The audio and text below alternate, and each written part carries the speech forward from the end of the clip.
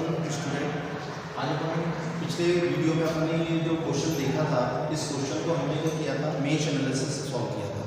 अब इसी क्वेश्चन को हम क्या करेंगे, नोड एनालिसिस से सॉल्व करेंगे, जिसमें हमने एक इलेक्ट्रिकल सर्किट दिया जिसमें 12 वोल्ट में, ये 6 ओम है, ये 12 ओम है, 8 ओम है, 4 ओम है, ये 5 एम्पीयर है।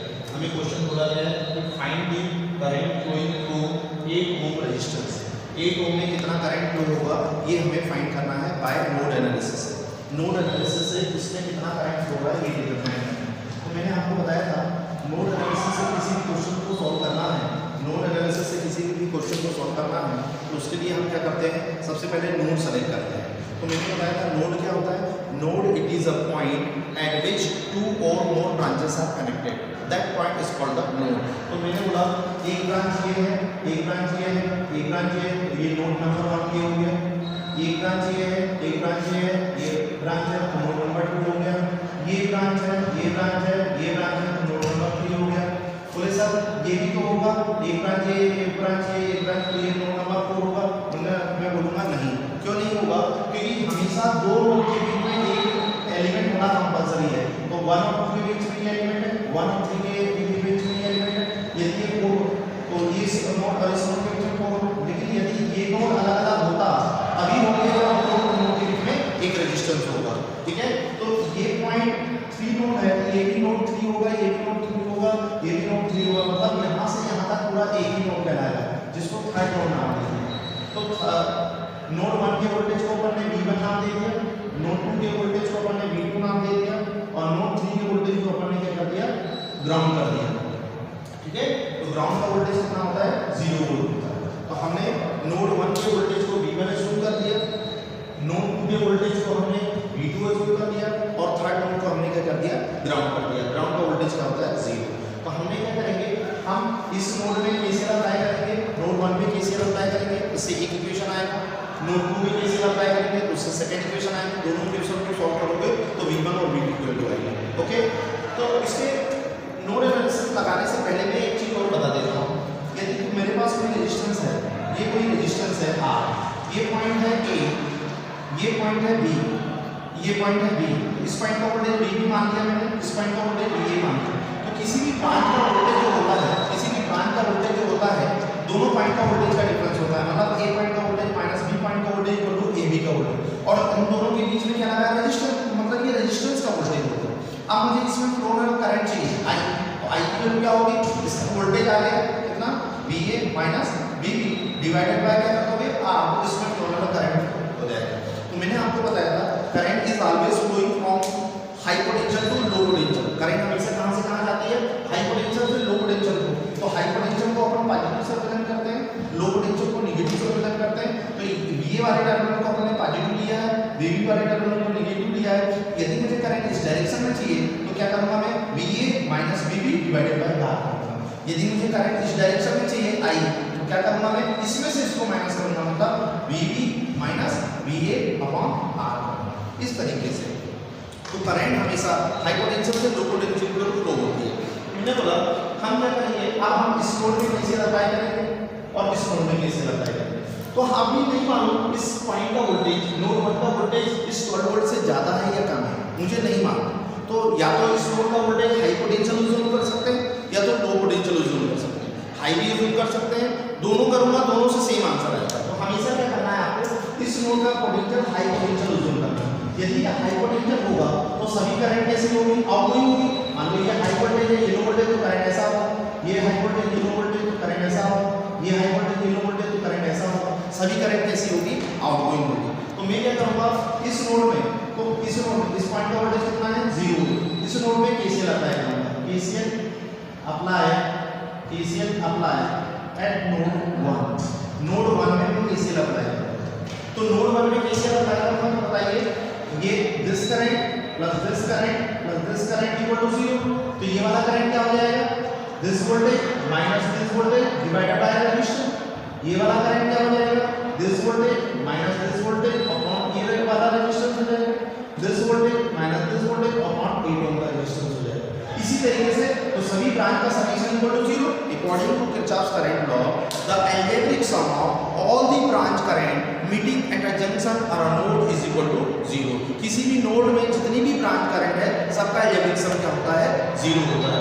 तो मैंने बोला तो this current plus this current plus this current equal to zero, ये वाला करंट कितना हो जाएगा V1 माइनस 12 अपॉन 6 प्लस ये वाला करंट क्या हो जाएगा V1 minus 0 upon 12, V1 minus 0 upon 12, ये वाला करंट क्या हो जाएगा V1 minus V2 upon 8 plus V1 minus V2 upon 8 equal to 0। इस तरीके से नोड 1 में अपने KCL अप्लाई कर दिया। तो V1 upon 6, V1 upon 12, V1 upon 8, तो V1 को कॉमन निकालोगे तो क्या बचेगा 1 upon 6 plus 1 upon 12 plus 1 upon 8 ये आ जाएगा और V1 को अपन कॉमन निकाल लेंगे। इसी तरीके से माइनस V2 अपॉन 8 तो माइनस 1 अपॉन 8 इनटू क्या V2 equal to minus 12/6, minus 12/6 को इधर ट्रांसफर करोगे तो क्या आ जाएगा प्लस 12/6। ये इक्वेशन नंबर 1 है, ये इक्वेशन 1 है। हमने कुछ नहीं किया, this current plus this current plus this current करके एक इक्वेशन निकाल दिया और V1 और V2 के टर्म्स को हमने अलग अलग कर दिया। तो इसलिए हमें V1 और V2 के टर्म्स में एक इक्वेशन मिल गई। इसको चाहो तो इसको सॉल्व करके भी आप लिख सकते हैं। अब दूसरी इक्वेशन चाहिए हमें, अब दूसरी इक्वेशन चाहिए। दूसरी इक्वेशन कैसे आएगी देखें, दूसरी इक्वेशन कैसे आएगी, KCL apply eight node 2, KCL apply eight node 2, second node में अपन KCL आए। अब आपको याद होगा जब हम लूप एनालिसिस या मेश एनालिसिस करते थे तो उस समय क्या करते थे, जब हम फर्स्ट लूप की बात करते थे तो फर्स्ट लूप के अकॉर्डिंग KVL अप्लाई करते थे, जब सेकंड लूप की बात करते थे तो सेकंड लूप के अकॉर्डिंग KVL अप्लाई करते थे। उसी तरीके से जब मैं नोड 1 की बात कर रहा हूं तो नोड 1 को मैंने हाई पोटेंशियल अज्यूम किया था। अब जब नोड 2 की बात करूंगा तो इस नोड 2 को मैं हाई पोटेंशियल अज्यूम करूंगा। तो हाई पोटेंशियल होगा तो सभी करंट इसमें भी क्या होगी आउटगोइंग होगी। जब मैं इस नोड की बात करूंगा तो ये वाला डायरेक्शन देखूंगा क्या नहीं, मैं हम इसको नहीं देखूंगा। अब मैं नोड 2 के अकॉर्डिंग KCL, ठीक है। अब हम KCL अप्लाई करेंगे नोड 2 के लिए। तो नोड 2 के लिए हम KCL अप्लाई करेंगे तो this current plus this current plus this current equal to 0। तो ये वाला करंट क्या हो जाएगा V2 माइनस V1 अपॉन 8, ये वाला करंट कितना हो जाएगा V2 माइनस 0 अपॉन 4, ये वाला करंट चाहिए। तो यहाँ पर हमें करंट सोर्स ऑलरेडी दिया हुआ है, यहाँ पर ऑलरेडी करंट सोर्स दिया है, हमें करंट ऐसा चाहिए लेकिन ये ऐसा है क्या हो जाएगा -5।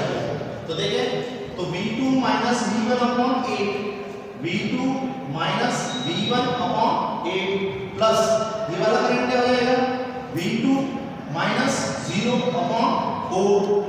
फिर ये वाला करंट चाहिए, मुझे करंट ऐसा चाहिए लेकिन ये ऐसा क्या होगा -5 इक्वल टू 0। क्लियर है सभी को?